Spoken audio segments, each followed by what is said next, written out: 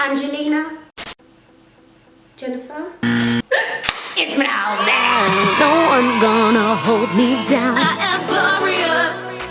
Welcome back to my channel. Today we're going to be talking about identity crisis. It's something that, again, like a lot of my topics are kind of like quite funny, but actually really serious, and they do have an underlying real-based issue that I've experienced maybe going through my career as a performer, an actress. Day-to-day life, I think generally people kind of suffer with not knowing 100% who we are. We tend to be more driven to what society tells us we should be doing. By this age we need to have kids and we need to have a mortgage and blah blah blah blah blah, but we're not actually left alone to just sort of be and be like, okay, well, who am I? We're not also allowed to change that much as people, and you know, once you kind of get branded as one particular thing, then you're kind of that thing in the eyes of other people for quite a while. I think my biggest point is to help anybody out there who is feeling a little bit lost in who they are because they have to be this bubbly light of people's universe 24/7, is actually to sit back and say, do you know what, it's okay not to be the joker or the entertainer all the time.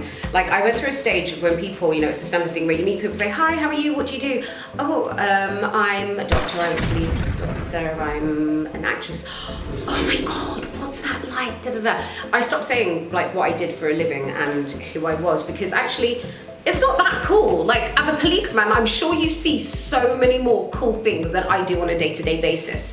And I'd flip around and be like, so what do you do? There's a massive ego thing that we have as performers. Like, we're very egocentric and we want to talk about our last job and how amazing we are and da da da.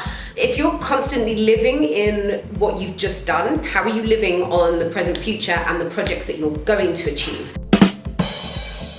And when I watch, you know, or listen to podcasts or watch interviews with people that I look up to or aspire to be like, they're super down to earth and they're just like, this is how it is, this is what I'm working on, this is what I want to do, and this is who I am, and they're very simple. Another way to protect yourself is surround yourself with good people. My friends couldn't give a shit about what I was doing. Like, the people I've grown up with, I don't need to speak to them all the time. They know who I am. Their question to me is never, so what are you doing? And that's where a huge identity crisis comes into, is because people are so intrigued with performers and their performing life and how exciting it is that that's all they ask about. What's your next project? What do you want to do? Sorry, I've just taken a shit this morning and half of my tooth fell out, and no, my teeth are all fine, see? Do you know what I mean? It's just friends and family and people who know the essence of who you are. And when I say who you are, like whatever it is that you like to do, maybe you do like to go and party and dance crazily on a tabletop. When I say, for me, that's not my thing, own it, and allow people to accept you for being an amazing failure performer or an amazing failure human, or just being whatever you are. And you are not just a performer. My friend's mum was the head psychologist at the National Theatre, like, God rest her soul, she's passed away, and she would basically always say to me, what does Melly like to do? And I'd be like, I like to dance, and I like to sing, she's like, no, that's what you do. What do you like to do? And it took me ages to understand what it was that me, Manal, without anything, what I like to do. I like cuddling with my animals. Aww. I'm gonna sound like I've got a really serious tone with what I'm saying, because it's actually quite honest in what I'm saying in regards to myself and what I found in the industry.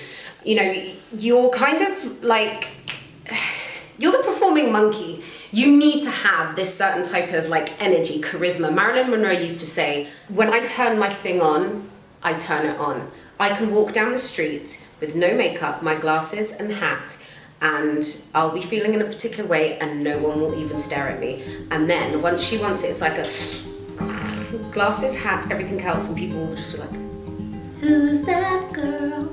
And it's so true. Like, performing is energy. It's an energy exchange, and you know, if you don't have that thing, like that, if you go to the musical or a theatre play or something, and there's that one performer that just stands out, like amongst everyone, maybe she's not even a lead role, she's just there, but every time she walks on stage, you just gravitate to her, like she's giving something of you. And that thing that she's giving isn't necessarily 100% of herself. It kind of is, but it's something that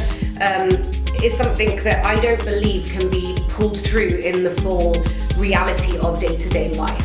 You know, like I said, I'm never gonna play the princess or, you know, the good little, like, naive like, it just never was gonna happen, like, since the day I was born. And there has to be like a massive realism with who you are as a performer and how, unfortunately, a stereotype of the world and how they see you is.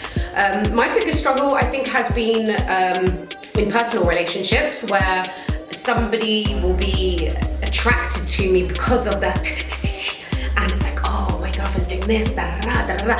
Actually, I'm the total opposite. I'm a geek. I like to listen to podcasts and play with my animals and go for walks in mountains and chill out. Like, the last thing I want to do is to, for example, get dressed up with hair and makeup and run around the town. My release to the world is when I'm on stage or in front of a camera. Because of that, I think when I was younger and I didn't quite know the difference, I believed that I was this like show person. I was doubly trying to showcase who I am in relationships. Like, no, I'm a really good girl. Like, I would come back at like 3 a.m. after finishing a show in the West End and then working in a nightclub and then meal prepping for some lazy fucking cunt. Like, what? Because I'm like, I'm a good girl. I'm sorry I can't be here between 6 when you finish work and we go to bed, but I'm gonna be like the most amazing woman in the world.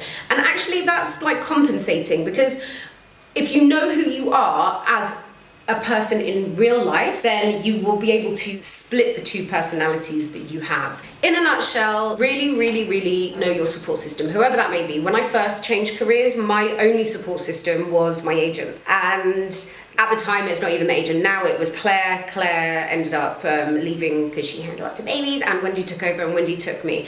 But they were literally like my family. And when I would walk in with anything, any problem at all, they would be there to either slap me around the head or, you know, bring me back to reality to say, what's going on? This isn't you. Like, sort yourself out. You know, as my career's developed and I'm successful, like, yeah, sure, my family are like behind me. My friends still don't give a shit.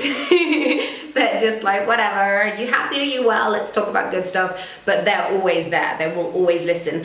And, you know, fundamentally, our industry is amazing. If you can actually crack, like, living between the two worlds and not taking all of the rejections, all of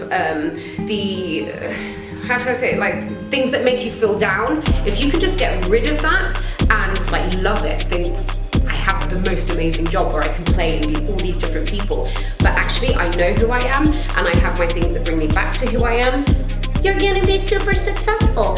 And on that note, I'm gonna leave it there. If there's anything you'd like me to talk about, please comment below, and I will do my very best to get back to you. My Patreon page is below. Share, dislike, whatever you like, guys. No one's gonna hold me down. I am